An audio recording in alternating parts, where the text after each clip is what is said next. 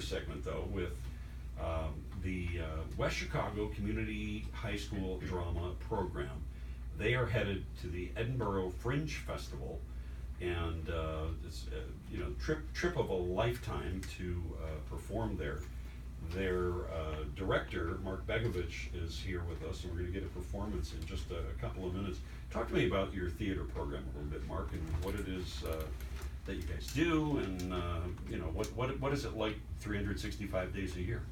It really is a full year program that we have. It is a huge program, and we do about 9 shows a year, bigger ones, smaller ones, and it's largely student run. We have a student leadership team that is involved in decision making from the beginning to the end, and so that's the cool thing about our West Chicago theater program, and we just keep going from show to show and have a blast doing it.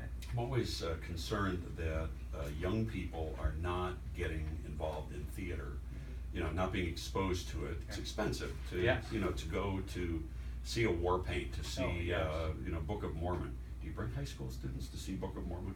With a special permission slip. With very special permission slip. But it's whatever the show is. It's expensive to take your kids to see a theater, and I'm always worried about that now. Plus, as an electronic age that we live in right now, it's just so much easier to walk around with your Pokemon Go than, do we have some Pokemon Go people? Oh, we have a lot of Pokemon Go. I'm sorry, you're all gonna have to leave the room. Yeah. Beg your pardon.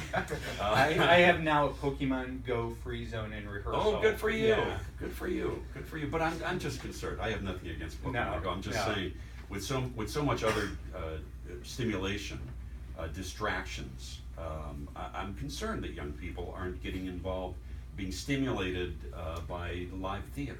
It's hard. It's really, really hard. When we try to do a field trip and everything, because it's not just the ticket cost, it's also the transportation cost. Yeah. It's the day, trying to line it up with a school calendar. It's getting harder and harder as the years go on with that, and it's expensive. Broadway in Chicago is actually pretty good with student discounts for some of their shows. Not all their shows, but a lot of their shows have really good student discounts, and we try to take advantage. We try to also bring them in for other storefront theater shows when we can. The one great thing about the Chicago theater community is everybody is so open. A lot of the actors, performers, artistic directors will be willing to sit and talk with students. Some of them invite them and do free workshops with our kids. Oh, that's great. Last year we were able to bring them down to the Actors Studio for a free workshop just because a couple of them, we had a conversation, I know them, and they were like, bring your kids. And it was awesome, and it's great. And that's the great thing, as you know, about Chicago theaters, everybody is so open and giving. And that ensemble-based work in Chicago is what I try to model with my students, and we talk a lot about that. Yeah. And that's why our show is ensemble-based. You guys pretty excited that Hamilton is coming to Chicago? Yeah. Yeah, They're very excited. Yeah. Your parents have nothing but money to buy tickets for you, for that, by the way. They're more than happy to shell out the cash for that. So what are we going to see right now, Mark? You're going to see You're going to hear a piece from our show that we're going to do in Edinburgh, and it's called Alan's Awkward Choose Your Own Adventures. It's a live action choose your own adventure book where the audience will get to pick what options that you get. Oh. And it's about a kid who's not fitting in, but it's a family friendly show, so we won't hear the end, but it's going to have a happy ending where the kid realizes and everybody realizes everybody is fine just who they are. But this is the first little piece is the setup leading into the choose your own adventure, and it was just after Ellen was just had a bad experience in dodgeball. Okay, so this is something we can all relate to. The original interactive show, Alan's Awkward Choose Your Own Adventures. Take it away, guys. Hi, Alan.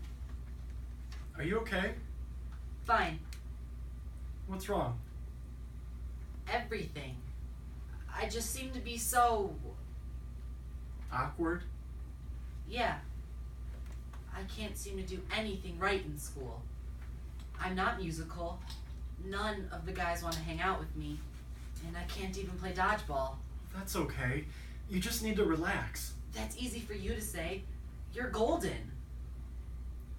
May I tell you a secret? Sure. I wasn't always this way. Once I was just like you. I don't know anyone like me. Alan, I'm sure a lot of guys are like you. Well, I suspect about 10% of the population is like you. I doubt it. If you were like me, how did you change? Books. Well, I read books that would transport me and teach me everything I needed. How so? Look, when you read, you can go anywhere. You can be anyone you want. And you can learn. That's the true magic. I don't understand. Okay, look. This book is magical. It'll transform and transport you to another world. And with it, you can choose whatever adventure you want to be on and whoever you want to be. I want you to have it. Really? Yes, really. Thank you. But just be careful with that book. Choose wisely. You never know what might happen. Alan was too excited. He didn't hear what the Golden Boy said because he was running home. He sat on his bed and wondered. What should I be? A hero who can battle mutants? Or like a pirate singing a shanty? Or hanging with everyone as the mage? Or being the fierce and agile one that can dodge anything that comes at him? Oh, what to do? Alan couldn't decide, so he thought, I know.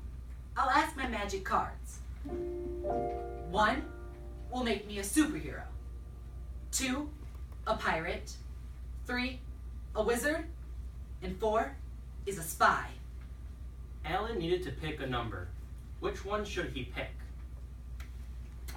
I'm gonna pick 3.